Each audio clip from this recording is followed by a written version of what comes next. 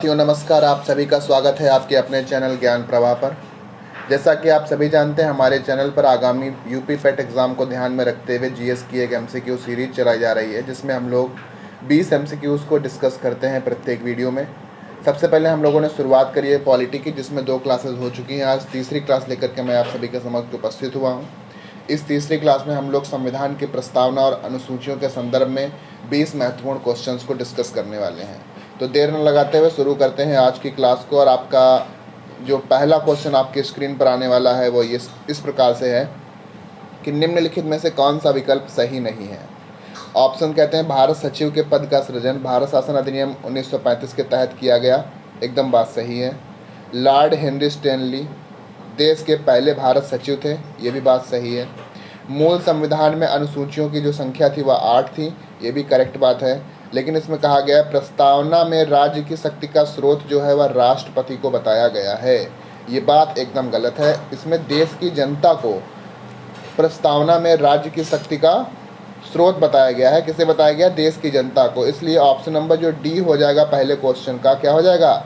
ये इनकरेक्ट होने वाला है। तो पहले वही हमें चाहिए था, और इसलिए पहले क्वेश्चन का ऑप्शन नंबर जो डी हो जाएगा वो राइट आंसर हो जाएगा। ठीक है, बढ़ते हैं अगले क्वेश्चन नंबर 2 की तरफ। क्वेश्चन नंबर 2 कहता है संविधान की प्रस्तावना के संदर्भ में न्याय संगत नहीं है। इसमें पहला कहता है कि संविधान की प्रस्तावना में 3 प्रकार के न्यायों का वर्णन किया गया है। संविधान की प्रस्तावना में 5 प्रकार की स्वतंत्रता का उल्लेख है। संविधान की प्रस्तावना में 3 प्रकार की समानता का वर्णन किया गया है। 42वें संविधान संशोधन 1976 के तहत प्रस्तावना में समाजवादी, पंथ निरपेक्ष और अखंडता शब्द जोड़े गए हैं। इसको देखते हैं। बिल्कुल, 42वें संविधान संशोधन 1976 के तहत संविधान की प्रस्तावना में समाजवादी, पंथ निरपेक्ष और अखंडता शब्द जोड़े हैं। इस क्वेश्चन को अलग से भी पूछ लिया जाता है, तो मैंने यहाँ पे शामिल किया है, तो ये बिल्कुल सही बात हो जाएगी।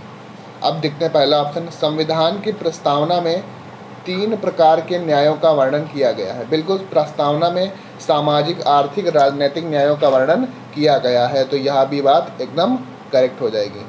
इसके बाद कहा गया है कि संविधान की प्रस्तावना में 5 प्रकार की स्वतंत्रता का उल्लेख किया गया है। बिल्कुल, 5 प्रकार की स्वतंत्रता, जिसमें विचार की स्वतंत्रता, अभिव्यक्ति की स्वतंत्रता, विश्वास की स्वतंत्रता, धर्म की स्वतंत्रता, उपासना की स्वतंत्रता का वर्णन भारत के संविधान में किया गया है, तो यह ऑप्शन भी करेक्ट हो जाएगा। वहीं अगर हम बात करें सी ऑप्शन की, तो उसमें कहा गया है कि संविधान की प्रस्तावना में 3 प्रकार की समानता का वर्णन किया गया है, जो कि गलत बात है। संविधान की प्रस्तावना में अगर हम बात करें समानता की, तो 3 की जगह पर 2 प्रकार की समानता की बात करता है प्रस्तावना में, और वो प्रस्तावना में जो समानता है वह प्रतिष्ठा और अवसर की समानता की बात की गई है। इस प्रकार से जो असुमेलित या न्याय संगत नहीं है ऑप्शन, वो है ऑप्शन नंबर सी, क्योंकि इसमें जो विकल्प दिया गया उसमें बताया गया कि 3 प्रकार की समानता का वर्णन किया जाएगा, लेकिन एक्चुअल में ऐसा नहीं है। 2 प्रकार की समानता, प्रतिष्ठा और अवसर की समानता का वर्णन संविधान की प्रस्तावना में किया गया है। चलते हैं आगे क्वेश्चन नंबर 3 की तरफ। क्वेश्चन नंबर 3 आपकी स्क्रीन पर, प्रस्तावना को राजनीतिक जन्मपत्री किसने कहा है? ऑप्शंस हैं K M. Munshi, sir Ernest Barker, Thakur Das Bhargava या फिर सुभाष कश्यप। अगर हम बात करें प्रस्तावना को राजनीतिक जन्मपत्री किसने कहा है, वो कहा गया है के.एम. मुंशी, जिनका पूरा नाम था कन्हैया लाल मानिकलाल मुंशी। उन्होंने संविधान की प्रस्तावना को राजनीतिक जन्मपत्री कहा है, इसलिए क्वेश्चन नंबर 3 जो होगा इसका राइट आंसर होने वाला है ऑप्शन नंबर ए। ठीक है, आगे बढ़ते हैं क्वेश्चन नंबर 4 की तरफ। क्वेश्चन नंबर 4 आपकी स्क्रीन पर कहा गया है प्रस्तावना संविधान का भाग है, सर्वप्रथम किस वाद के फलस्वरूप सुप्रीम कोर्ट द्वारा यह स्वीकृत किया गया था? बेरुवारी वाद के तहत, केशवानंद भारती बनाम केरल राज्य के तहत, एस.आर. मुंबई बनाम भारत संघ के तहत, या फिर मेनका गांधी बनाम भारत संघ के तहत। प्रस्तावना संविधान का भाग है। सुप्रीम कोर्ट के द्वारा सर्वप्रथम इसे केशवानंद भारती बनाम केरल राज्य का जो वाद था इसके तहत स्वीकार किया गया था। इस प्रकार से क्वेश्चन नंबर 4 का जो राइट आंसर हो जाएगा ऑप्शन नंबर बी हो जाएगा। केशवानंद भारती बनाम केरल राज्य वाद के तहत प्रस्तावना को संविधान का भाग सुप्रीम कोर्ट ने स्वीकार किया था। चलते हैं अगले नंबर क्वेश्चन नंबर 5 की तरफ। क्वेश्चन नंबर 5 कहता है कि निम्न अनुसूचियों का मिलान करना है आपको। इसमें पहली अनुसूची का मिलान करना है, दूसरी अनुसूची का मिलान करना है, तीसरी का करना है, चौथी का करना है। पहली अनुसूची की अगर हम बात करें तो इसका मिलान हो जाएगा संघ एवं राज्य क्षेत्र से, जो कि ऑप्शन नंबर बी में दिया है। दूसरी अनुसूची में संघ के पदाधिकारियों का वेतन एवं भत्ते की बात की गई है, तो ये आपका ऑप्शन नंबर ए में मिल जाएगा। तृतीय अनुसूची में शपथ व प्रतिज्ञान की बात की गई है तो आपको ऑप्शन नंबर सी में मिल जाएगा। वहीं चतुर्थ अनुसूची राज्यसभा में स्थानों का आवंटन है, आपको ऑप्शन नंबर सी में मिल जाएगा। तीसरा वाला डी हो जाएगा और चौथा वाला सी हो जाएगा। तो BADC ये आपको देखना है कहाँ पे मिलता है, ये मिलता है आपको ऑप्शन नंबर बी में। तो राइट आंसर हो जाएगा क्वेश्चन नंबर 5 का option number B. Option number B is the right answer for question number 5। ठीक है, कौन सा option? Option number B, BADC। ठीक है, चलते हैं आगे अगले क्वेश्चन की तरफ। अगला क्वेश्चन आपकी स्क्रीन पर कह रहा है, संविधान की प्रस्तावना में दिए गए शब्दों का सही क्रम क्या है? इन्होंने कई सारे ऑप्शंस दिए हैं। कहा है संपूर्ण प्रभुत्व संपन्न है, समाजवादी है, पंथ निरपेक्ष है, लोकतांत्रिक गणराज्य है, या संपूर्ण प्रभुत्व संपन्न, पंथ निरपेक्ष, समाजवादी, लोकतांत्रिक गणराज्य, या समाजवादी, पंथ निरपेक्ष, संपूर्ण प्रभुत्व संपन्न, लोकतांत्रिक गणराज्य, या फिर कोई नहीं। यह क्वेश्चन बहुत इंपॉर्टेंट क्वेश्चन है। संविधान की प्रस्तावना में इनका क्रम कई सारे एग्जाम्स में कई बार पूछा गया है, तो इसे आपको 2 से 3 बार पढ़ना है, आपको याद हो जाएगा। संविधान की प्रस्तावना में इन शब्दों का जो सही क्रम है वह है संपूर्ण प्रभुत्व संपन्न, समाजवादी, पंथ निरपेक्ष, लोकतांत्रिक गणराज्य। क्या है? संपूर्ण प्रभुत्व संपन्न, समाजवादी, पंथ निरपेक्ष, लोकतांत्रिक गणराज्य।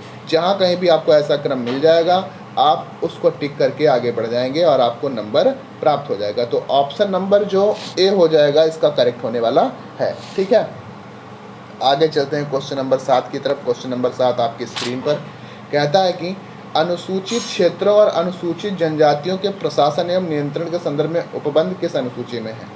5वीं अनुसूची में है, 6वीं अनुसूची में है, 7वीं अनुसूची में है, 8वीं अनुसूची में है। अगर हम 7वीं अनुसूची की बात करें तो इसमें शक्ति के बंटवारा की बात की गई है। ठीक है, 8वीं अनुसूची में बात करें अगर तो इसमें भाषा की बात करी गई है। ठीक है, और 5वीं अनुसूची में SC व ST क्षेत्र के जो जनजातीय क्षेत्र हैं उनमें प्रशासन के बाद 5वीं अनुसूची में की गई है। तो क्वेश्चन नंबर जो 7 हो जाएगा इसका राइट आंसर हो जाएगा ऑप्शन नंबर ए। ठीक है, चलते हैं आगे। अगला क्वेश्चन आपकी स्क्रीन पर कहता है कि निम्नलिखित में से कौन सी अनुसूची कब जोड़ी गई है? ठीक है, इसमें कहा गया 9वीं अनुसूची पहले संविधान संशोधन 1951 के तहत जोड़ी गई है, एकदम बात सही है। 10वीं अनुसूची 44वें संविधान संशोधन 1978 के तहत जोड़ी गई है, इसको देखा जाएगा अभी। 11वीं अनुसूची 73वें संविधान संशोधन 1992 के तहत जोड़ी गई है, बिल्कुल सही बात है। और 12वीं अनुसूची 74वें संविधान संशोधन 1993 के तहत जोड़ी गई है, ये भी देखना होगा। ठीक है, इसमें 2 ऑप्शंस आपके गलत लग रहे हैं। कौन कौन से? यहाँ पे 74वां संविधान संशोधन तो ठीक है, लेकिन यहाँ पे सन गड़बड़ दे रखा है। ठीक है, अगर इसे हम 1992 कर लेते हैं यहाँ पे। ठीक है, और चलते हैं आगे। इस क्वेश्चन में 10वीं अनुसूची एक्चुअल में गलत जो हो जाएगा वो हो जाएगा 10वीं अनुसूची, क्योंकि इसमें ये डायरेक्ट ही गलत दिया है, उसमें सन की थोड़ी सी मिसमैच हुई है। लेकिन अगर हम देखें 10वीं अनुसूची को तो 10वीं अनुसूची जो है यह 52वें संविधान संशोधन 1985 के तहत भारतीय संविधान में जोड़ी गई है। इस प्रकार से यहाँ पे जो असुमेलित है वह है 10वीं अनुसूची। यहाँ पे सन का थोड़ा सा मैटर फंसता है, लेकिन संविधान संशोधन यहाँ पे करेक्ट दिया गया है, तो इसे अगर हम 1992 कर लेंगे तो यह ऑप्शन सही हो जाएगा। लेकिन यहाँ पे देखिए 10वीं अनुसूची में संविधान संशोधन का जो उल्लेख है यही गलत दिया गया है, तो यहाँ पर आपका जो 52वां संविधान संशोधन 1985 था उसके तहत 10वीं अनुसूची जोड़ी गई थी। इसलिए ऑप्शन नंबर बी हो जाएगा जो क्वेश्चन नंबर 8 का वो राइट आंसर होने वाला है। ठीक है, चलते हैं आगे क्वेश्चन नंबर 9 की तरफ। क्वेश्चन नंबर 9 कहता है, बहुत ही सिंपल सा क्वेश्चन आपकी स्क्रीन पर, कि दल बदल के आधार पर निरअर्हता के बारे में उपबंध किस अनुसूची में है? 8वीं अनुसूची में, 9वीं अनुसूची में, 10वीं अनुसूची में, या 11वीं अनुसूची में? अगर हम बात करें दल बदल की तो संविधान की जो 10वीं अनुसूची है वह दल बदल के आधार पर निरअर्हता के बारे में संबंधित है। तो क्वेश्चन नंबर 9 का ऑप्शन नंबर सी जो हो जाएगा वो करेक्ट आंसर होने वाला है। आगे चलते हैं क्वेश्चन नंबर 10 की तरफ। क्वेश्चन नंबर 10 कहता है निम्नलिखित में से सुमेलित नहीं है।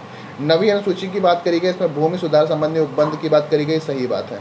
11वीं अनुसूची में बोला गया कि यह अनुसूची ग्राम पंचायत संबंधी उपबंधों से संबंधित है, ये भी बात सही है। और इस अनुसूची में जो विषय हैं यह 29 विषय हैं। बहुत ही इंपॉर्टेंट फैक्ट है, ये याद रखिएगा, एग्जाम्स में कई बार पूछ लिया जाता है कि ग्राम पंचायत संबंधी जो उपबंध 11वीं अनुसूची में है उसमें विषयों की संख्या कितनी है, तो आप 29 आंसर टिक करके आगे बढ़ जाएंगे और आपको नंबर मिल जाएगा। इसी प्रकार से 12वीं अनुसूची जो है यह नगर पालिका से संबंधित है और इसमें जो विषयों की संख्या 18 है, ये भी आपको ध्यान रखना है। ठीक है, तो इस प्रकार से हम देख रहे हैं कि इसके ऑप्शन ए, ऑप्शन बी और ऑप्शन सी तीनों ही करेक्ट हैं। तो क्वेश्चन नंबर जो 10 होगा इसका राइट आंसर होने वाला है सभी सुमेलित हैं, अर्थात option number D is the right answer for question number 10। ठीक है, आगे बढ़ते हैं अगले क्वेश्चन की तरफ। अगला क्वेश्चन आपके स्क्रीन पर कह रहा है कि वर्तमान समय में संघ सूची, राज्य सूची और संवर्ती सूची में विषयों की संख्या का सही युग्म क्या है। अगर हम बात करें संघ सूची की तो वर्तमान समय में संघ सूची में 98 विषय हैं, ठीक है। राज्य सूची में बात करें तो 59 विषय हैं, और अगर हम संवर्ती सूची की बात करें तो इस समय इसमें 52 विषयों का उल्लेख किया गया है, ठीक है। अगर कहीं पे हमें ऑप्शन में 98, 59, 62 या 98, 59 और 52 ऑप्शन मिल जाता है तो वही राइट आंसर हो जाएगा, जो कि हमें मिल रहा है ऑप्शन नंबर बी में। ऑप्शन नंबर बी जो हो जाएगा क्वेश्चन नंबर 11 का राइट आंसर हो जाएगा, क्योंकि इसी में बताया गया है कि राज्य सूची में 59 विषय हैं, संघ सूची में 98 विषय हैं और संवर्ती सूची में 52 विषय हैं, ठीक है। बढ़ते हैं अगले क्वेश्चन नंबर 12 की तरफ। क्वेश्चन नंबर 12 कहता है संघ सूची, राज्य सूची और संवर्ती सूची में केंद्र व राज्यों के मध्य शक्तियों का जो विभाजन या बंटवारा है संविधान की किस अनुसूची में वर्णित किया गया है। 5वीं अनुसूची में, 6वीं अनुसूची में, 7वीं अनुसूची में या 8वीं अनुसूची में।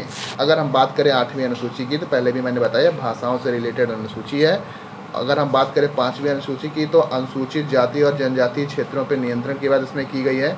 वहीं अगर हम बात करें 6वीं अनुसूची की तो यह असम, मेघालय, त्रिपुरा, मिजोरम के जनजातीय क्षेत्रों पर नियंत्रण की बात करता है। लेकिन अगर हम 7वीं अनुसूची की बात करें तो शक्तियों के बंटवारा की बात करता है 7वीं अनुसूची, जिसमें संघ, शक्ति, राज्य सूची और संवर्ती सूची की बात की गई है। संघ सूची में मैंने बताया था आपको 98 विषय हैं, और आपका राज्य सूची में 59 विषय हैं, और आपकी संवर्ती सूची में 52 विषय हैं, ठीक है। तो ये आपकी 7वीं अनुसूची से संबंधित है, शक्तियों का बंटवारा। आगे चलते हैं क्वेश्चन नंबर 13 की तरफ। क्वेश्चन नंबर 13 आपके स्क्रीन पर कहता है कि संवैधानिक रूप से मान्यता प्राप्त भाषाओं का उल्लेख संविधान की किस अनुसूची में है। अभी मैंने बताया था कि संविधान की 8वीं अनुसूची में भाषाओं का उल्लेख है, जिसमें मूल संविधान में 14 भाषाएं थीं, लेकिन अगर हम वर्तमान में बात करें तो वर्तमान में जो है भारतीय संविधान में 22 भाषाओं को संवैधानिक मान्यता प्राप्त है, ठीक है। आगे चलते हैं क्वेश्चन नंबर 14 की तरफ। क्वेश्चन नंबर 14 कहता है कि निम्नलिखित में असुमेलित छांटिए। मूल संविधान में भाषाओं की संख्या 22 थी। 21वें संविधान संशोधन 1967 के तहत सिंधी भाषा व 71वें संविधान संशोधन 1992 के तहत कोंकणी, मणिपुर व नेपाली भाषा को जोड़ा गया। 92वें संविधान संशोधन 2003 के तहत बोडो, डोगरी, मैथिली, संताली को जोड़ा गया। राष्ट्रपति का शपथ का प्रारूप अनुसूची 3 में नहीं है बल्कि अनुच्छेद 60 में है। देख लेते हैं। अगर हम बात करें ऑप्शन नंबर डी की राष्ट्रपति की शपथ का प्रारूप अनुसूची 3 में नहीं है, बात एकदम सही है, और जबकि इसका वर्णन अनुच्छेद 60 में है। ऑप्शन नंबर डी करेक्ट हो जाएगा। 92वें संविधान संशोधन 2003 के तहत बोडो, डोगरी, मैथिली, संथाली इन 4 भाषाओं को ऐड किया गया था, ये भी बात सही है। 21वें संविधान संशोधन 1967 के तहत सिंधी भाषा को भारतीय संविधान में जोड़ा गया था व 71वें संविधान संशोधन 1992 के तहत कोंकणी, मणिपुर व नेपाली भाषा को भी जोड़ा गया था। इस प्रकार से ऑप्शन बी भी करेक्ट हो जाएगा। लेकिन अगर हम बात करें ऑप्शन नंबर ए की, जो कि भाषाओं की जो मूल संविधान में संख्या थी उसमें 22 बताया, जो कि इनकरेक्ट हो जाएगा, जबकि इसमें हमने अभी पिछले क्वेश्चन बताया था 14 भाषाएं थीं। तो इस प्रकार से अगर हम बात करें असुमेलित की तो क्वेश्चन नंबर 14 में भाषाओं की संख्या जो 22 थी वह नहीं थी, मूल संविधान में भाषाओं की संख्या थी 14, इसलिए क्वेश्चन नंबर 14 का राइट आंसर हो जाएगा ए, ठीक है। आगे चलते हैं क्वेश्चन नंबर 15 की तरफ। क्वेश्चन नंबर 15 आपकी स्क्रीन पर कहता है कि असम, मेघालय, त्रिपुरा, मिजोरम के जनजातीय क्षेत्रों के प्रशासन के बारे में उपबंध किस अनुसूची में है। इसको भी मैंने अभी ऑलरेडी डिस्कस किया हुआ है। तो आपका किस अनुसूची में पाया जाएगा, 6वीं अनुसूची में पाया जाएगा। 5वीं अनुसूची में SC/ST के संदर्भ में उपबंध की बात करता है, और 6वीं अनुसूची में असम, मेघालय, त्रिपुरा, मिजोरम के जनजातीय क्षेत्रों में प्रशासन के बारे में बात की गई है। वहीं 7वीं अनुसूची शक्ति के विभाजन से संबंधित है, और 8वीं अनुसूची भाषाओं से संबंधित है, ठीक है। बढ़ते हैं अगले क्वेश्चन नंबर 16 की तरफ। क्वेश्चन नंबर 16 आपकी स्क्रीन पर कहता है कि प्रस्तावना विधायिका की शक्ति का स्रोत नहीं है, बात एकदम सही है। प्रस्तावना के द्वारा विधायिका की शक्ति पर प्रतिबंध नहीं लगाया जा सकता, ये भी बात सही है। प्रस्तावना गैर न्यायिक है, इसकी व्यवस्थाओं को न्यायालय में चुनौती नहीं दी जा सकती, ये भी बात सही है। इस प्रकार से तीनों ही ऑप्शन करेक्ट हो जाएंगे। तो इसमें हमारे जो राइट आंसर हो जाएगा चौथा ऑप्शन डी हो जाएगा कि ये सभी जो है यह प्रस्तावना के संदर्भ में सही है, ठीक है। चलते हैं अगले क्वेश्चन नंबर 17 की तरफ। क्वेश्चन नंबर 17 आपकी स्क्रीन पर बहुत ही सिंपल सा क्वेश्चन आपकी स्क्रीन पर कहता है कि प्रस्तावना को संविधान की कुंजी किसने कहा है। अगर हम बात करें इसमें ऑप्शंस की तो है KM Munshi, sir Ernest Barker, Thakur Das Bhargava या फिर सुभाष कश्यप। अगर हम बात करें प्रस्तावना को संविधान की कुंजी की तो ये कहा गया है सर अर्नेस्ट बारकर के द्वारा। सर अर्नेस्ट बारकर ने प्रस्तावना को क्या कहा है, संविधान की कुंजी, और ये बताया किसने है, सर अर्नेस्ट बारकर ने। तो क्वेश्चन नंबर 17 का ऑप्शन नंबर जो बी हो जाएगा वो करेक्ट आंसर हो जाएगा। चलते हैं क्वेश्चन नंबर 18 की तरफ। प्रस्तावना को संविधान की आत्मा किसने कहा है? प्रस्तावना को जो संविधान की आत्मा किसने कहा है? ऑप्शंस हैं K M. Munshi, sir Ernest Barker, Thakur Das Bhargava या फिर सुभाष कश्यप। अगर हम बात करें संविधान की आत्मा प्रस्तावना को किसने कहा है, तो इसका जो राइट आंसर हो जाएगा वह हो जाएगा ठाकुर दास भार्गव। ठाकुर दास भार्गव ने प्रस्तावना को संविधान की आत्मा कहा है। ठीक है, option number C question number 18 का करेक्ट हो जाएगा। ठीक है, आगे चलते हैं क्वेश्चन नंबर 19 की तरफ। क्वेश्चन नंबर 19 आपकी स्क्रीन पर कहता है, संविधान शरीर है और प्रस्तावना उसकी आत्मा। प्रस्तावना आधारशिला है तो संविधान उस पर खड़ी अट्टालिका। ये कथन किसका है? ऑप्शन है के.एम. मुंशी, अर्नेस्ट बारकर, ठाकुर दास भार्गव या फिर सुभाष कश्यप का। अगर हम बात करें स्टेटमेंट की कि संविधान शरीर है और प्रस्तावना उसकी आत्मा है, अगर प्रस्तावना आधारशिला है तो संविधान उस पर खड़ी अट्टालिका है, ये कथन है सुभाष कश्यप का। ठीक है, option number D question number 19 का करेक्ट होने वाला है। लास्ट क्वेश्चन आपके स्क्रीन पर इस क्लास की क्वेश्चन कहता है कि प्रस्तावना को संविधान का परिचय पत्र किसने कहा है? ऑप्शन है डॉक्टर भीमराव अंबेडकर, पंडित जवाहरलाल नेहरू, बी.एन. राव या N.A. पालकीवाला। अगर हम बात करें संविधान का परिचय पत्र किसने कहा है प्रस्तावना को, तो वो कहा गया है N.A. पालकीवाला के द्वारा। इस प्रकार से क्वेश्चन नंबर 20 का राइट आंसर हो जाएगा ऑप्शन नंबर डी।